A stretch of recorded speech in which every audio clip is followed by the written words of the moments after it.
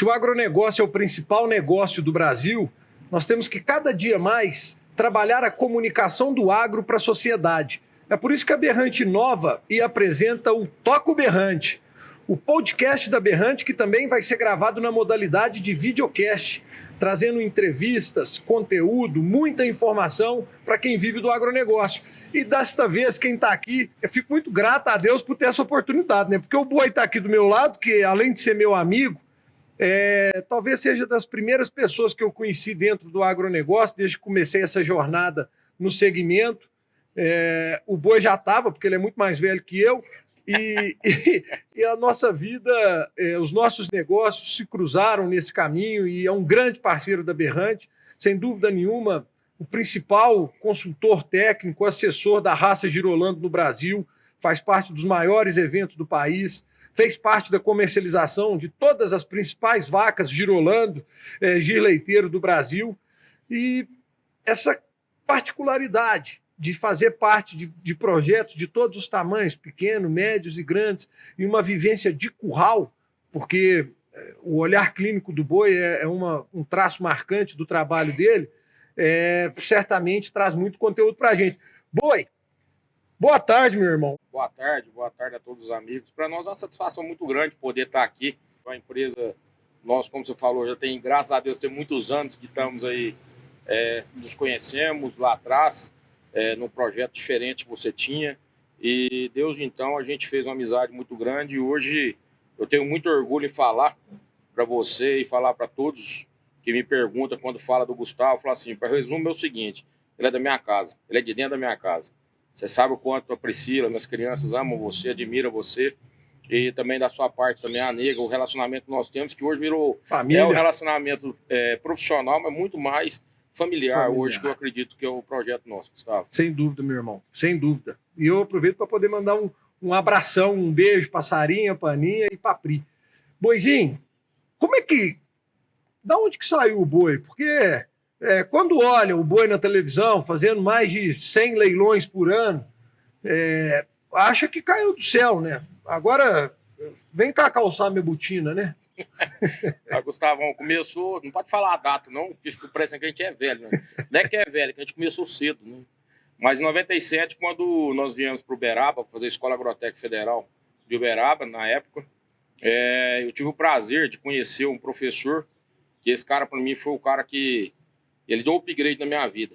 Até então, eu era um menino vindo do Mato Grosso, uma família nossa de Altaraguaia, fomos para São José do Rio Preto, fazer o colegial, e aí surgiu, conheci a Escola Agrotécnica e viemos para cá para fazer essa escola.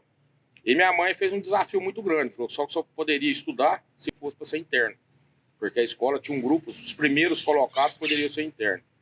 E aí, Deus botou a mão que eu saí bem colocado e fui para ser interno.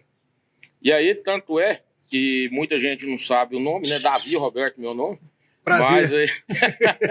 Mas aí surgiu que o primeiro trote lá da escola é o apelido.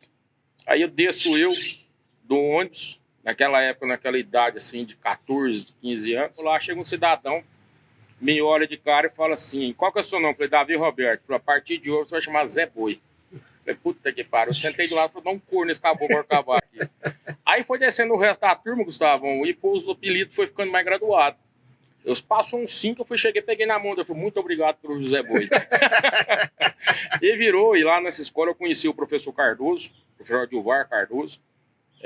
Grande Edilvar Cardoso, conhecedor de vaca de leite como poucos, né? Esse aí conhece torneleiteiro, e esse cara me deu, ele acreditou, ele enxergou algo que até então eu não sabia que eu teria, que é a vivência, olhar, aprender a identificar uma boa vaca. E ele me deu esse subsídio, acreditou no meu serviço. Na época a Escola Agrotécnica fazia exposição, e aí eu ganhava um salário muito bom, porque quando eu ia ajudar as exposições, naquela época como piniqueiro, como peão mesmo, trabalhando, e tenho muito orgulho que eu comecei desse jeito. E chegamos lá, a refeição era R$1,50, então era R$3 o dia. Então meu salário era esses R$90, né? Era o salário que eu tinha na escola no período que eu ia para a exposição. Mas isso para mim foi muito bom, que me deu uma vivência muito grande, Gustavo. Eu sou muito grato de poder ter participado de todas as partes Todas dessa as parte etapas, de né, etapas Boi? da parte do melhoramento genético, da parte de conhecer vacas e tal. E aí foi aparecendo pessoas, Deus foi muito bom conosco, que sempre colocou pessoas especiais. Em cada etapa da minha vida, surgiu um criador que me apoiou, acreditou no meu trabalho, e a gente teve condição de sair, superar e fazer algum resultado. Ô, Boi, só te interrompendo, porque muita gente que vai estar assistindo esse podcast tem o Boi como um espelho, uma referência de trabalho, de caminho a ser percorrido. E quando o Boi fala piniqueiro, gente, é na exposição, e o gado na cama, com palha de arroz preparado, o gado exposto, é para evitar que a cama fique suja e coleta mesmo as fezes dos animais e joga ela num lugar destinado para isso. E aí, Boi, depois disso, você teve também a sua fase de preparação de animais para entrar em pista, apresentação, como é que teve isso também? Uma das partes mais gratificantes da minha vida é onde você pega, a gente brinca muito, pegar o diamante bruto. Quem me falava muito isso era o Celso Menezes, meu sócio eterno. Sócio, né? Meu paizão, segundo pai meu aí. Celcinho sempre falava assim, padrinho, você tem que ter o dom, e você tem o dom de pegar uma pedra bruta e conseguir lapidar ela e fazer ela lapidada para ela chegar na exposição e ser bem. Então a gente chegar... Aí começou, dando a sequência, Gustavo, em 99, eu comecei a rodar já, começou a ter um curso de preparo de gado. Alguns vão conhecer o Paulo José, o PJ, lá de Belo Horizonte, e ele era um exímio preparador, e a escola contratou ele para dar um curso para alguns clientes. E naquela época, quebrado igual arroz de terceiro, o professor Carlos falou, você vai ser o badeco, você vai ser o ajudante, só que você fica ativo, você tem que aprender. E foi fazendo amizade e tudo, o PJ hoje é um grande amigo nosso, me ajudou muito profissionalmente, e nós começamos a mexer. Aí, em 99, começamos a rodar as exposições, já eu acompanhando o preparador, Marcelo Sempranelli. Hoje eu fui técnico do Girolando, hoje é o responsável pelo Brasil, pelo Girolando Internacional, né? E ele, técnico da BCZ também. E o Marcelinho veio de Taubaté, já como ele trabalhou muito com o Limão, que era um puta de um preparador, e eu fui aprendendo. Aí eu fiquei andando com o Marcelo, na época com o proprietário era o Luiz Evandro, nós ficamos rodando 1 ano e meio juntos, para vir pegar o know-how de preparo e tudo. Eu sei que em 2001, se não me engano, 2000 foi a primeira exposição que eu fui preparar sozinho. O pessoal próximo de Batatais entrou em contato lá na Girolanda e eles indicaram, meu Celcinho indicou meu nome para me preparar.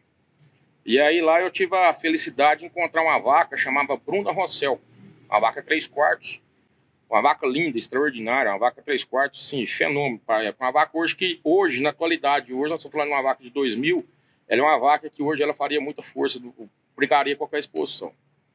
E aí, assim, chegamos lá, escolhemos o gado, tinha uma turma, tinha um técnico de Girolando que escolheu alguns animais, nós fizemos alguma substituição, fomos para o Expo Milk, de São Paulo.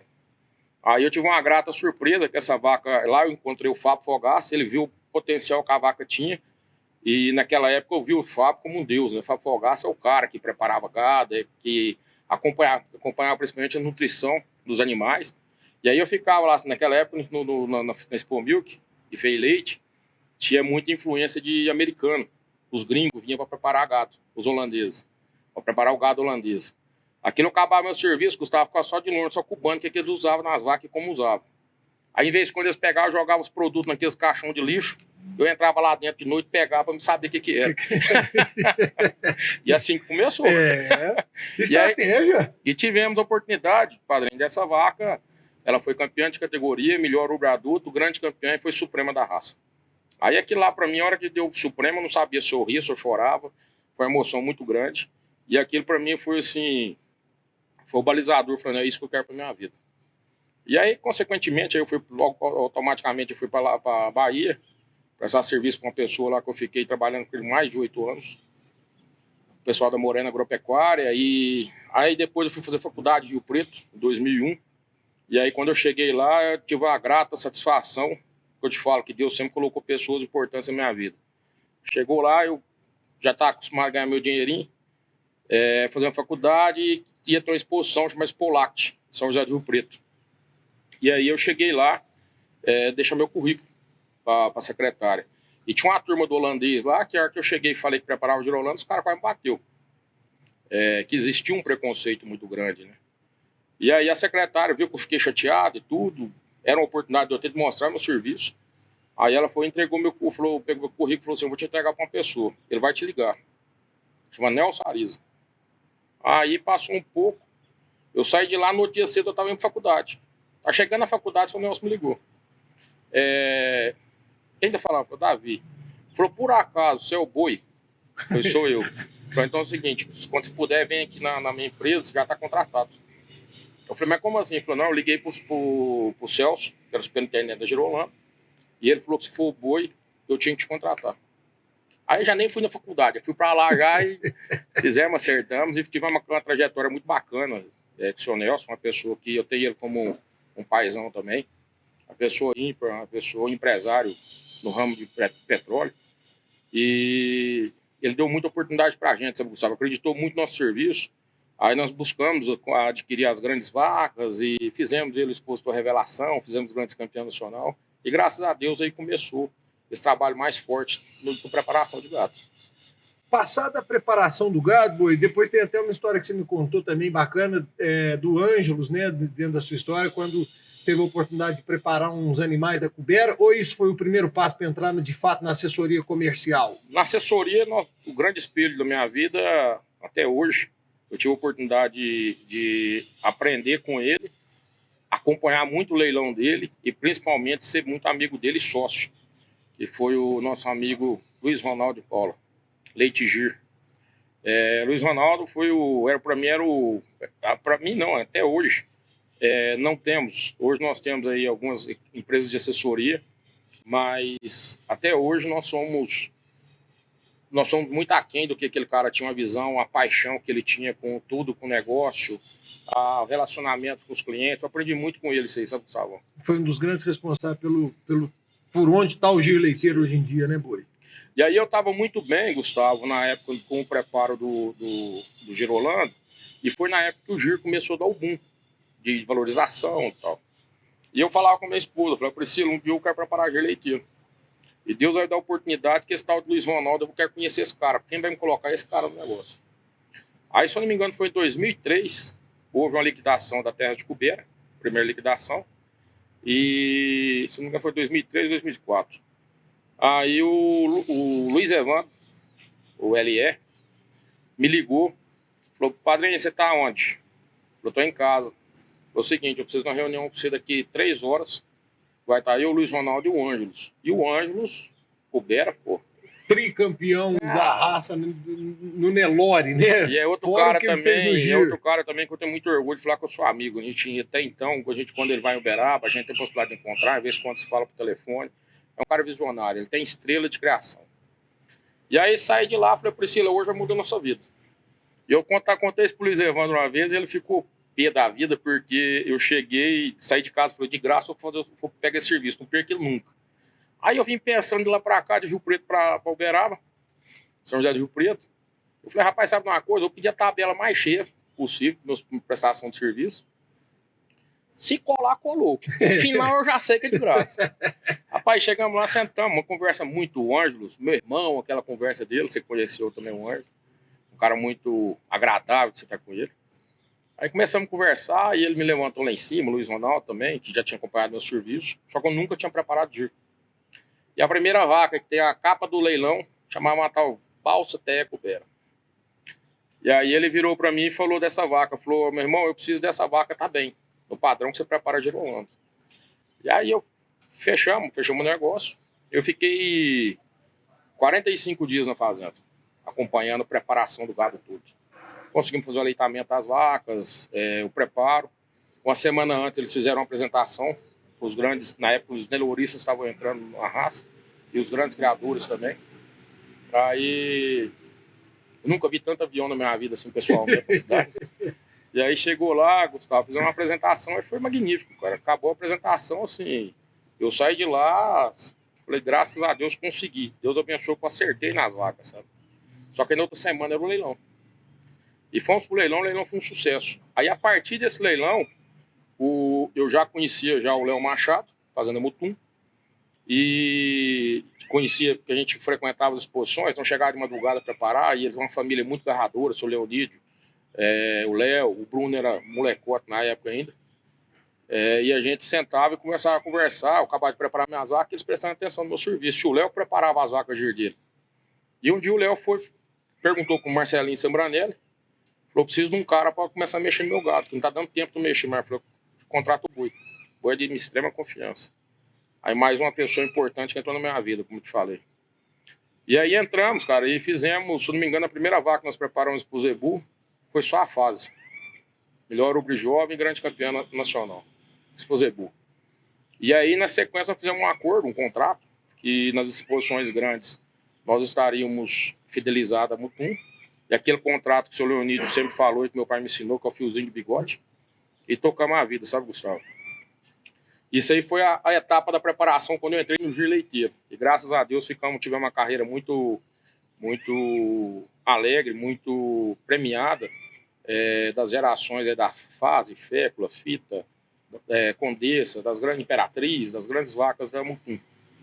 Isso aí foi a fase do preparo que nos aconteceu, Gustavo. Ô Boizinho, e a virada de chave para assessoria comercial, como é que isso aconteceu? Eu comecei a andar com o Luiz Ronaldo. O Luiz Ronaldo tinha algumas fazendas, exemplo, a Palma, que ele junto com o Ismael, o finado Ismael, eles tomavam conta da fazenda, na parte do leiteiro, fazenda do Dr. Roriz. E aí o Luiz, depois desse trabalho que eu fiz na Terra de Gubera, ele me contratou para mim algumas fazendas para a gente começar a fazer banco de imagem. Então eu ia, na Palma, eu ia 3 vezes por ano. Já era programado. Eu ia 4 dias antes, depois eu o Jadir Bison e mais o cinegrafista, para a gente aproveitar e fazer foto e filme, pegar os animais sempre no melhor momento. Muito inteligente o Luiz Ronaldo, eles faziam um banco de imagem naquela época surreal. Hoje tem muita gente que não faz esse trabalho. Imagina a gente tá falando isso aí de um negócio de 2005, 2006. Começando leilões virtuais, né? Não tinha hábito de filmar animal. Praticamente era só presencial, só que eram os catálogos, aqueles catálogos impressos e tal. E aí eu acompanhando o Luiz, viajando com ele, o Luiz sempre acreditando no projeto da gente, falou, você tem que entrar nesse negócio. Eu falei, no momento oportuno nós vamos entrar. Aí em 2008, eu estou em São José do Rio Preto, eu e minha esposa, me liga nosso amigo Guilherme Marques, o famoso Guimar. O Guimar me liga e faz o convite, falou, estou aqui na Machotal, o Jonathan quer fazer um leilão, isso foi meados de março. Ele quer fazer um leilão e o Jonathan muito arrojado, mais uma pessoa especial que entrou na minha vida. E ele virou para mim e falou assim, estamos aqui em consenso, e o Guima na época ele era, se eu não me engano, era o diretor de marketing da BS Pecplan, e eu trabalhava na Alta como técnico. E o pessoal da BS, a turma tinha uma rincha, assim, profissional. O Guima falou, estou defendendo sua bandeira aqui, que eu sei que você é técnico, você não vai chegar aqui e vai atrapalhar. Então eu queria que você tivesse jeito de vincar o nome de fazer assessoria a você. Ele falou que, vai, Guima, como você quer fazer? Ele falou, não, daqui 3 horas. De novo, 3 horas. Eu tinha uma correiazinha azul, meu amigo. Pensa o movimento que foi de sair de São José do Preto para me chegar lá. Aí chegamos lá, tudo sentando, saímos de lá fechado. E eu nunca tinha pegado o microfone na mão. Aí nós dormimos em Uberaba, no outro dia fomos na fazenda, rodamos o gado. Aí eu vi uma vaca de longe, no pasto, piquete bem longe. Aí o Adriano Camargo, na época, era o gerente lá. Aí eu falei com o Adriano, Adriano, aquela vaca lá, assim, aquela vaca mamona lá, ela tem algum defeito? Ele falou, não, pô, não tem não. Falei, aquela vaca, ela vai ser a nossa vaca. Juro por Deus. Fechou as vacas e falou, para. Chegou as vacas, desceu, ela tava prenhona, ela pariu em abril. Maio eu levei ela na exposição de Franca. Ela foi melhor ubre grande campeã. E aí ela foi um dos destaques, chamaram Rendeira Nica Boa Fé. Ela foi um dos destaques do leilão. E o Jonathan foi abrir o primeiro leilão de assessoria na raça Girolando, foi em 2008, durante a Mega Leite. Chamava... como que é? Machotal e Amigos? Machotal e Amigos, isso mesmo. E lá fizemos um leilão, assim, fora da curva com relação, tapete vermelho. Né? Você tava lá na cobertura, não? Primeiro leilão elite da raça Girolando, né, Boi? O Jonathan que é um responsável de ter subido muito o patamar do Girolando em cima dessa mídia, desse glamour do leilão de elite, né? Isso. E Boizinho, o seguinte, cara, o que um assessor entra numa fazenda e monta um leilão? Como que ele monta um leilão? O que passa na cabeça em nível de... Porque o assessor tem um trabalho fundamental que ele precisa de entender o que o mercado quer comprar, o momento do mercado, o contexto, e identificar na fazenda os principais animais, os melhores animais naquele momento para poder preparar. E é uma responsabilidade tremenda, porque a visão técnica do que você compra quando um leilão é assessorado é a visão técnica de um consultor que chegou lá e apartou e entrega todas as informações necessárias para o comprador tomar a decisão. Como é que você, quando você chega numa fazenda, porque a gente, quando foi montar a agroreserva, nós fizemos uma pesquisa, e aí o maior influenciador dos leilões, do trabalho de melhoramento genético e da comercialização de gado é o assessor. Ele é um homem de confiança do pecuarista. O pecuarista, quando ele decide tomar alguma ação comercial, ele passa a mão no telefone e liga para o boi, ou ele liga para Q2, ou ele liga para o Ademir, Jandovi, enfim, dependendo da raça que o pecuarista está envolvido. Aí, boi, quais são os passos para você poder entrar numa fazenda, se sentir seguro e depois da batida final do martelo falar, fiz um bom trabalho? Gustavo, na realidade depende muito do projeto, né? Existem projetos que nos chamam hoje para a gente montar o projeto comercial. Senta na fazenda hoje, fazenda produção de leite bacana, tudo, e a gente senta com eles e fala, a partir de tanto tempo, depois você faz um estudo do rebanho e vê o potencial de investimento do cara com relação a isso, você vai tanto essa reprodução, é FIV, isso é inseminação, isso é touro, você senta e faz um escopo para ele e fala, ó, daqui 2 anos, 3 anos eu tenho condição de fazer o primeiro leilão, para tirar X animais da fazenda sem atrapalhar a parte produtiva e tal. Mas hoje no básico, o pessoal chama a gente para fazer os leilões anuais. Mais um cara importante que entrou na nossa vida foi em 2010, 2011. Eu tive o prazer de entrar na Fazenda Santa Luzia, que era outra também que eu ia lá sempre com clientes e sempre almejando assim, um dia eu quero estar aqui nesse lugar. A famosa fazenda das vacas mais desejadas do Brasil, né? É essa aí. E vende vaca, hein, boi? Ali vende. E aí, Gustavão, nesse ano eu entrei lá, fiz uma proposta para o Maurício, uma conversa na mesa lá com ele, com o Denis, e falando que a fazenda estava passando o momento de eu sair só do leilão de produção, que era importante existir um leilão de elite, que naquela época o Girolando estava em ascensão, tudo. E o Maurício antes meu falou, pego, eu faço, só que o leilão é seu para você tocar. E me deu todo o know-how, todo o suporte, e conseguimos fazer o primeiro leilão Noite de Gala, Santa Luzia. Um leilão fantástico, fizemos aí, se não me engano, 5 ou 6 leilões. Eram os leilões que todo ano a gente batia um recorde de valorização. O leilão que a gente tinha um poder de recompra ímpar e ele veio agregar valor no gado comercial do leilão do sábado. Então nós fazíamos o Noite de Gala na sexta-feira e sábado o leilão de elite.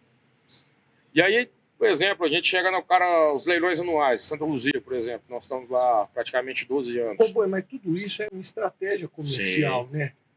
Tudo isso faz parte de ter uma cabeça pensando, por que eu vou trabalhar um leilão de gala, que tipo de gado que eu vou vender aqui, né? Isso é interessante a gente poder apresentar isso, porque, gente, tudo tem uma cabeça pensando por trás, o como fazer, o porquê fazer, e eu fazendo isso, qual o resultado que eu tenho? Porque estratégia, né, boi, é você poder falar assim, isso eu faço, isso eu não faço. É o que você deve fazer, o que você não deve fazer. Sim. Teoricamente, o poder final é do dono, né? Mas nós, como técnico, nós temos obrigação de passar no nosso parte e com esse tanto de tempo que nós estamos na ativa, de passar no ponto de vista nosso, quais seriam os melhores caminhos a traçar. E o Noite de Gala foi um leilão específico porque, como o leilão de sábado, o leilão de produção e o leilão de maciço, de maior volume de gado, então, muitas das vezes, você chegava lá, lote triplo, você comprava o lote por causa de uma vaca para você levar na exposição, para levar para a Nacional. E tivemos grata felicidade que os leilões Noite de Gala vendemos inúmeras vacas que foram doadoras em grandes plantéis, vacas que foram grande campeã de pista. Então, isso para nós foi uma satisfação muito grande. E bom, então, é importante a gente falar, assim, por que a gente fala um leilão elite? Um leilão reduzido, né? Geralmente de 30 a 40 lotes no máximo, E tudo que você compra ali representa a cabeceira do gado nacional, né, Boi? Você compra, põe na pista, você tá brigando na cabeceira. Você põe no torneio, você tá disputando em alto nível. Ela, na realidade, ela para estar num leilão elite, ela tem que ter alguns predicados, né? Alguns pré-requisitos, né, Gustavo? Ou tem uma família fenomenal, ou tem uma conformação que geralmente nós batemos muito em cima de conformação, porque hoje grande parte do Girolando já é feito de famílias boas. Então, você entender aquele animal que ele vai ter um potencial para participar de uma pista de julgamento, ou que ele vai participar, ter potencial para participar de um torneio leiteiro, ou se não, que vai encaixar num cliente nosso, num cliente da fazenda, que está necessitando de 2, 3 doadoras, que vai encaixar que ele precisa de uma vaca fértil, uma vaca com lactação fechada. Então, são isso que leva ela a ter um valor agregado. Porque senão era um preço de uma vaca de leite normal, você concorda? Então, esse que é o grande ponto. Aí, quando nós entendemos isso junto com o cliente, aí depois nós começamos a participar também do Santa Luzia, do anual, mas o cliente, quando nos chama para fazer, eu preciso fazer um leilão. Vamos fazendo, eu falei, qual o intuito do leilão? Levantar a caixa? Reduzir rebanho? O que é o intuito? Você entende qual é a necessidade da fazenda. Então, com isso, você entendendo a necessidade da fazenda, você junto com o proprietário, você monta a melhor estratégia. Porque se a gente for pensar na facilidade de venda, qual que é o melhor gado de se vender? Vaca recém-paridinha ou novilha chegadinha para parir. Mas nem sempre você pode entrar nesse perfil de gado, porque você prejudica o projeto da fazenda, né, Gustavo? Então, é muito importante a gente estar alinhado com a fazenda. É uma forma que eu trabalho, que eu gosto de trabalhar, e tenho muito orgulho, que os clientes nossos são grandes, têm fidelidade de serviço. Então, assim, dificilmente a gente faz um evento só quando é leilão de fazenda.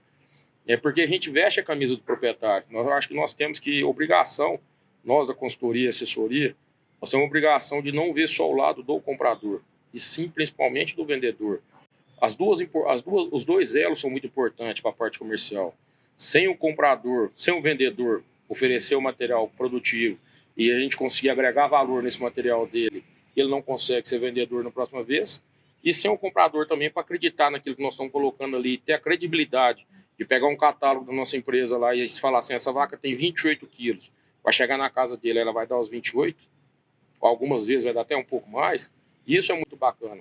Que aí esse é o negócio que acontece das várias compras de leilão, o pessoal compra no celular da gente. Manda a gente escolher os animais, a gente vai trabalhando, mexendo para isso. Então a gente tem que entender, eu gosto de falar muito que nós temos, como assessoria, Gustavo, nós temos a obrigação de dar dos dois elos da cadeia, tanto do vendedor como do comprador. E o Boi não cuida só da assessoria comercial, né, Boi? Trabalha também no planejamento de rebanho, que gado que eu tenho, onde que eu tô, onde que eu quero estar daqui 3 anos, onde eu quero estar daqui 5 anos. Com certeza, nós temos o leque de serviços que nós fazemos, que muita gente acha que a Boi Assessoria é só leilão. Mas nós trabalhamos hoje com casalamento direcionado, trabalhamos hoje com planejamento de rebanho, que é o que você falou, de ver onde nós estamos hoje e para onde nós vamos amanhã. E essa evolução do rebanho, né? E outro ponto que é importante, Gustavo, a gente faz uma avaliação, um inventário de rebanho e uma avaliação. Esse aí eu acho que é um dos grandes serviços que a gente presta para o produtor de leite. Não falo nem na parte comercial, produtor de leite. É onde nós entramos no rebanho, a gente faz uma avaliação técnica, 100% dos animais, passa animal por animal, da casinha até na vaca mais errada. E nisso nós montamos um planejamento para ele do que seria. Eu preciso de doadora. No nosso ponto de vista, quais são as vacas que têm que ser aspiradas, levando em consideração N fatores, lactação, fenótipo, pedigree. Outro grupo, esse grupo nosso aqui é grupo de produção. Esse outro grupo, isso aqui é descarte imediato. Por que descarte imediato? O custo da recria hoje está muito alto. Então, você ficar com uma bezerrinha lá hoje, uma bezerra, uma novilha, que você já não vê as características leiteiras dela bem evidenciadas, Gustavo, para que você ficar cuidando dessa bezerra? Vende ela no custo mais acessível, que talvez um pequeno produtor ele vai atender a demanda. Você está num projeto de 25, 30 quilos de leite, mas tem um produtor que a vaca de 15, 18 vai atender. Então, assim, que a gente brinca, né? Toda panela tem sua tampa, né? Então, toda mercadoria tem seu comprador. Então, com isso, nós fazemos esse planejamento e o descarte é voluntário. O descarte que progredir. Nós colocamos a identificação na vaca, diferente. A vaca chegou no mínimo de produção, ela já entra para descarte imediato. Então, é um planejamento que nós fazemos de rebanho.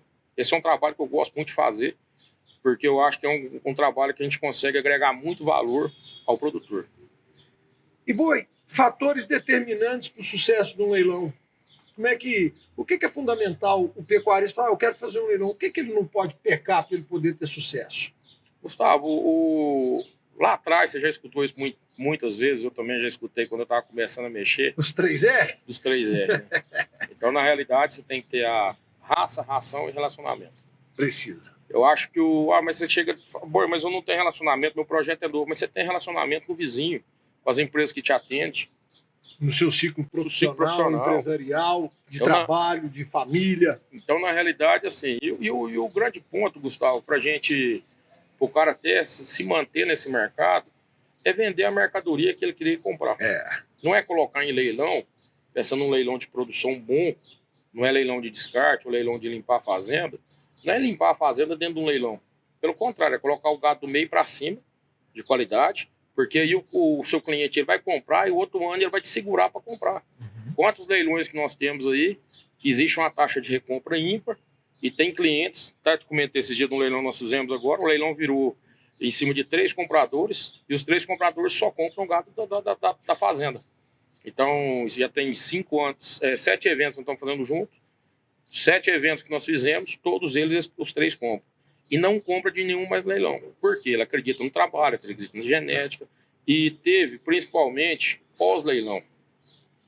Gustavo, o que a gente vê o diferencial muito grande de alguns leilões de algumas fazendas é que tem leilão que você faz, o comprador liga, o cara tem medo de atender o telefone.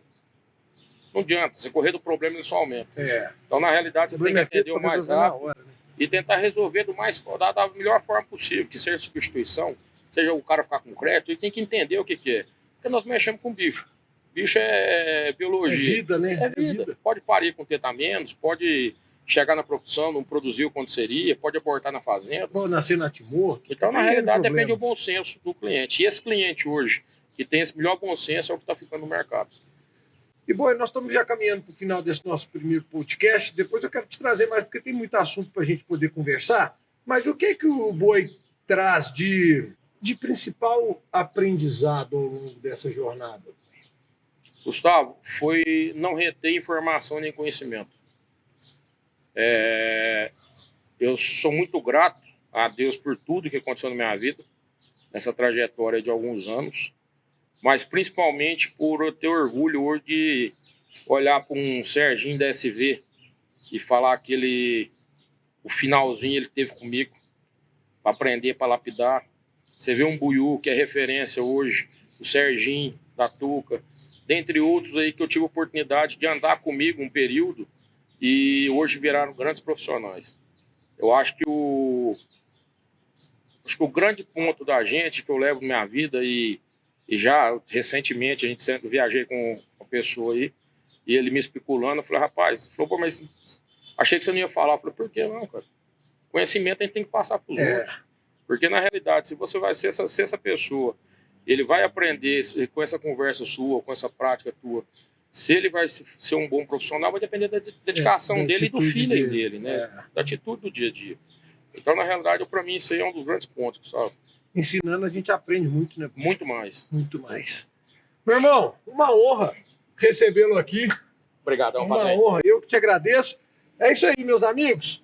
Toca o Berrante. É o podcast, videocast da Berrante. Vocês vão poder assistir esse programa na íntegra no nosso YouTube e também em pílulas fundamentais, importantes dessa conversa com um dos maiores profissionais da pecuária leiteira nacional. Até o próximo, um abraço!